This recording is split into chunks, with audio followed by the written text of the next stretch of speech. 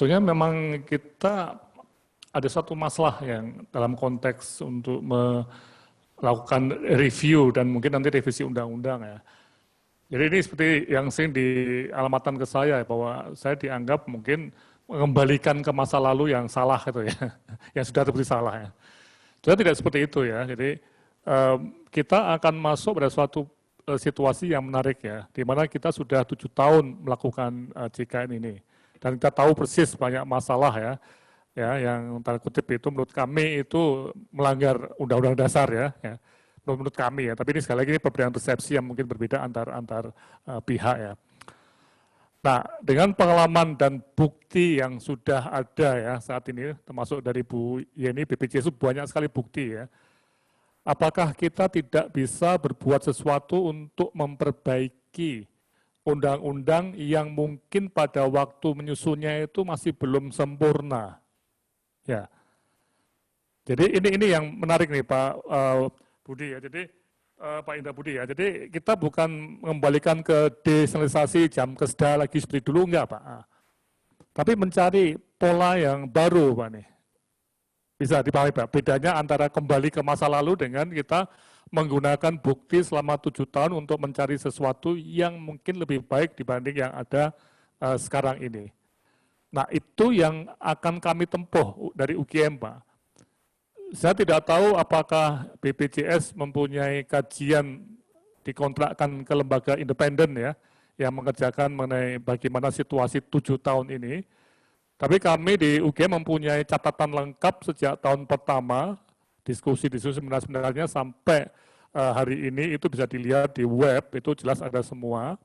Dan kami juga mendapat banyak data dari termasuk BPJS sendiri ya, yang merupakan bukti-bukti baru bahwa memang menurut kami itu ada sesuatu yang something is going wrong di beberapa pasal dalam Undang-Undang SJSN dan Undang-Undang BPJS. Tapi bukan berarti kemudian mentah-mentah kembali seperti ke masa sebelum 2004 atau sebelum 2011 ya, tidak seperti itu ya. Oke ya. Nah sehingga saya akan menjawab secara umum ya Pak untuk ke depannya. Jadi ini kan suatu pertemuan yang 6 seri mengenai analisis kebijakan, yang pada intinya kembali pada tadi pernyataan saya terakhir bahwa kalau ini dibiarkan seperti ini, terus terang aja kami di UGM khawatir Bu Yeni, Pak Indra, dan teman-teman semua yang hadir di forum ini ya, bahwa bangsa kita itu akan tidak mengambil pelajaran dari 7 tahun ini. Nah, jangan-jangan masalahnya sudah jelas, tapi kita belum memahami dengan kita itu ya semua pihak ya, belum memahami dengan terang tadi, sehingga kami UGM mencoba untuk advokasi, coba ditayangkan lagi PowerPoint terakhir saya ya.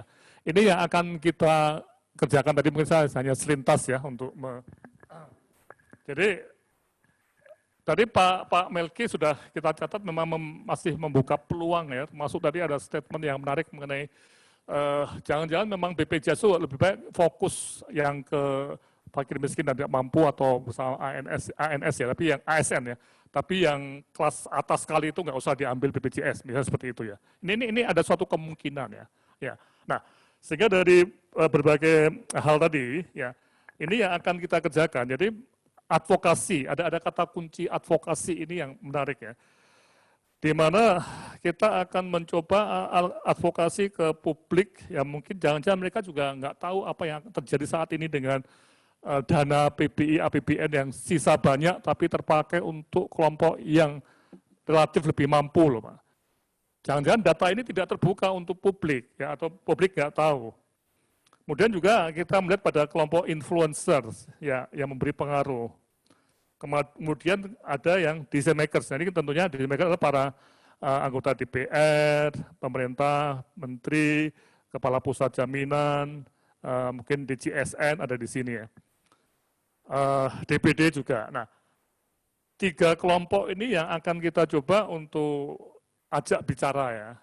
Ya, kalaupun data kami salah atau analisis kami salah, mungkin bisa ditunjukkan salahnya di mana. Tapi kami menggunakan data yang berasal dari sumber-sumber resmi ya, termasuk dari BPJS sendiri, dengan sumber data dari sampel ya, itu ada, dan bahkan kami menerima juga ada beberapa data yang tidak sampel tapi seluruhnya tapi ini belum resmi dari BPJS, tapi kami sudah menerimanya dari BPJS.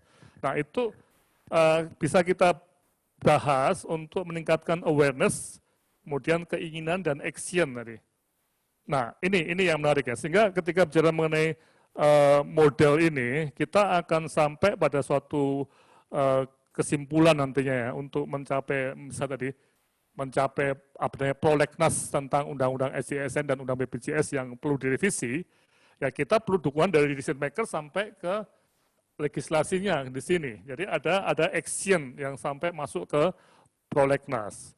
Tapi jalan ke sana itu berat sekali dan panjang sekali. Makanya kami dari UGM tidak undermine ya, atau menganggap ini enteng ya. Kami mencoba untuk menyiapkan secara detail nanti bulan Agustus kita mau melihat caranya bagaimana menggunakan advokasi framework ini untuk masuk ke action yang tujuannya itu sekali lagi tidak mengembalikan ke masa lalu ya Pak, tidak.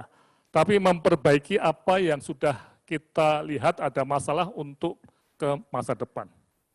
Ya, jadi itu yang bisa saya sampaikan. Terima kasih sekali atas partisipasi dari Pak Melki, Bu Yeni, Pak Indra Budi dan semua teman-teman, bahwa pertemuan seri ke-6 ini memang selesai pada hari ini, tapi ini akan berlanjut untuk advokasi selama bulan Agustus, bulan depan sampai mendatang, saya nggak tahu sampai kapan ya. Tapi yang jelas kami sudah memprogramkan untuk selama setahun ke depan dengan kegiatan tadi yang ada di slide saya tadi. Oke, saya kira itu Mbak tadi. Ya. Terima kasih sekali atas perhatiannya. Prof, menyambung sedikit ya, mengenai tadi proses advokasi. Jadi ada pertanyaan, bagaimana untuk pelibatan unsur di luar UGM dalam advokasi Undang-Undang SDSN dan Undang-Undang BPJS ini? Ya, coba dibuka lagi ya. Ya, itu jelas nanti akan ada banyak hal yang kita akan terkait seperti ada semacam koalisi-koalisi ya di sini ya. Ya, di sini kan kita akan influencer di sini juga jelas ya. Mungkin di luar UGM itu jelas influencer di sini. Jadi bagaimana ada suatu koalisi-koalisi antara ya perguruan tinggi yang cocok dengan UGM, mari kita gabung untuk bersuara ini ke DPR. Mungkin media mana yang tertarik gabung, yang nggak tertarik, yang beda pendapat ya tidak usah, nggak masalah. Ya. Jadi ini Bu, jadi ada semacam influencer tadi yang kita mencoba mengajak untuk ikut bersama, sampai menjadi koalisi untuk ya masukkan isu tadi yang kita bahas tadi demi bangsa kita loh, bukan untuk saya, bukan untuk UGM saja enggak, tapi untuk bangsa. Karena kalau pikiran kita benar, enggak tersampaikan kita juga salah. Ada yang disebut sebagai error of omission ya. Tahu sudah ada kesalahan di bangsa kita, tapi kita enggak mau memperingatkan bangsa, ya misalnya seperti itu. Kita kan bukan policy maker, kita kan akademisi yang memberikan semacam masukan tadi. Tapi ada juga mungkin ada administrasi, udah nggak usah, diam aja deh, nanti ngapain bikin ribut nanti. Nah, nggak seperti itu. Kami mencoba untuk masuk pada suatu situasi yang ya kita membuka tadi, Bu. Membuka tadi. Jadi koalisi-koalisi ini. Ya. Jadi membuka untuk perguruan tinggi negeri maupun instansi atau NGO yang mau bergabung dalam memperjuangkan Undang-Undang SDSN dan Undang-Undang BPJS. Bukan perjuangan, ya membuat revisi. Membuat revisi. Beberapa undang-undang yang dianggap bermasalah ya. Iya. Dan kita menghindari MK ya. Nggak mau judicial review itu kan cuma pasal demi pasal yang dianggap salah atau apa ya. Kita filosofinya perlu kita lihat, tapi kembali lagi, yang kami tekankan supaya jangan salah terima ya Pak, ini kita tidak ingin membawa ke masa lalu kembali gitu ya. Tadi itu penting sekali. Terima kasih.